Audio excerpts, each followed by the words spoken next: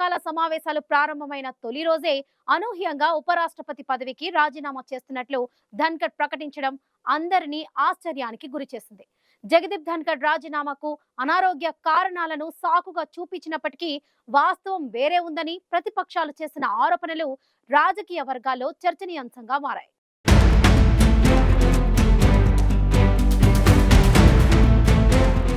ఉపరాష్ట్రపతి పదవికి జగదీప్ ధన్కడ్ రాజీనామా చేయడం తీవ్ర చర్చనీయాంశంగా మారింది. మరో 2 ఏళ్ల పదవీకాలం ఉన్నప్పటికీ జగదీప్ ధన్కడ్ అనూహ్యంగా ఉపరాష్ట్రపతి పదవికి రాజీనామా చేశారు.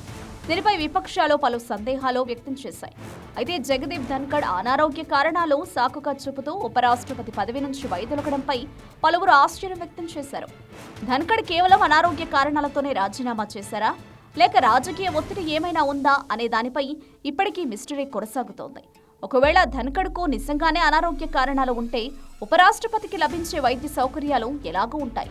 కానీ ఆయన రాజీనామా చేయడం వల్ల పదవిలో ఉన్నప్పుడు లభించిన సౌకర్యాలు కూడా లభించవన్నది వాస్తవం. ఉపరాష్ట్రపతి పదవికి రాజీనామా చేస్తున్నట్లు ధన్కడ్ ప్రకటించగానే అందరూ ఆశ్చర్యం వ్యక్తం చేశారు.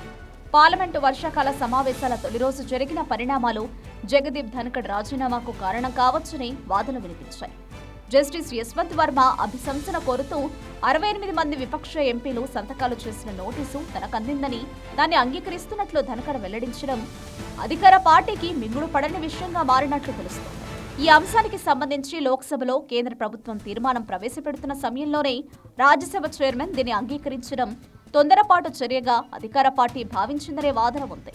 బిజినెస్ అడ్వైజరీ కమిటీ సమావేశానికి బీజేపీ అధ్యక్షుడు జేపీ నడ్డా, పార్లమెంటరీ వ్యవహారాల శాఖ మంత్రి కిరణ్ రిజిజు హాజరు కాకపోవడం ధన్కడ్కు ఆగ్రహం తెప్పించిందని, దీంతో రాజ్యసభ చైర్మన్ సభను వాయిదా వేశారనే అభిప్రాయాలు వ్యక్తమయ్యాయి.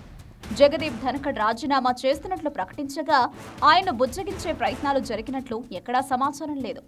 అంతేకాదు, ధన్కడ్ రాజీనామా లేఖకు రాష్ట్రపతి ద్రౌపది ముర్ము కొన్ని గంటల్లోనే ఆమోదం తెలపడం చర్చనీయాంశంగా మారింది. ఇక ఉపరాష్ట్రపతిగా ధన్కడ్ అందించిన సేవలను కొనియాడుతూ ప్రధాని మోదీ సందేశం సంక్షిప్తంగా ఉండడం కూడా ఈ తరహా చర్చకు తావిచ్చింది.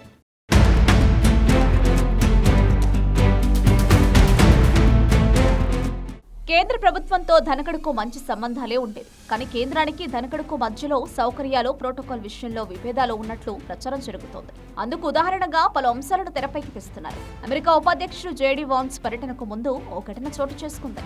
అమెరికా ఉపాధ్యక్షుడితో భారత ఉపాధ్యక్షుడి హోదాలో తాను కీలక భేటీలు నిర్వహిస్తానని జగదీప్ ధన్కడ్ కేంద్రాన్ని డిమాండ్ చేసినట్లు తెలుస్తోంది.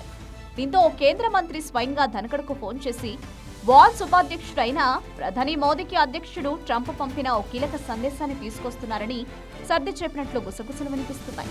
దీంతో పాటు మంత్రుల కార్యాలయాల్లో రాష్ట్రపతి, ప్రధాని చిత్రాలతో పాటు ఉపరాష్ట్రపతిగా ఉన్న తన చిత్రాలు కూడా ఉండాలని ధన్కడ్ తరచూ కోరుకునేవారని, ఇక తన వాహన శ్రేణిలో మెర్సిడెస్ బెంచ్ కార్ల కోసం ధన్కడ్ పట్టుబట్టారన్న వాదన కూడా ఉంది.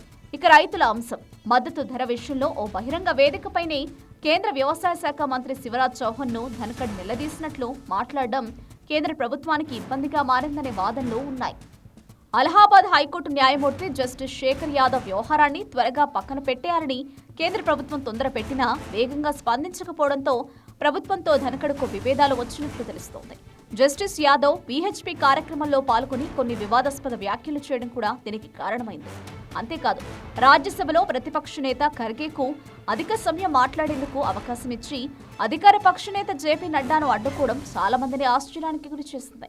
దీనికి తోడు ప్రతిపక్ష నేతల సంతకాలతో జస్టిస్ వర్మ అభిశంసన తీర్మానానికి ధన్కడ్ ఆమోదం తెలపడం అధికార పక్షానికి మింగుడు పడలేదనే చర్చ జరుగుతోంది. ఇలాంటి అనేక కారణాలతోనే జగదీప్ ధన్కడ్ అనూహ్యంగా ఉపరాష్ట్రపతి పదవికి రాజీనామా చేశారనే చర్చ రాజకీయ వర్గాల్లో జరుగుతోంది. ఉపరాష్ట్రపతి పదవికి మరో 2 ఏళ్ల సమయం ఉన్నప్పటికీ జగదీప్ ధన్కడ్ రాజీనామా చేయడం వెనుక అసలు కారణం ఏంటనేది మిస్టరీగా మారింది.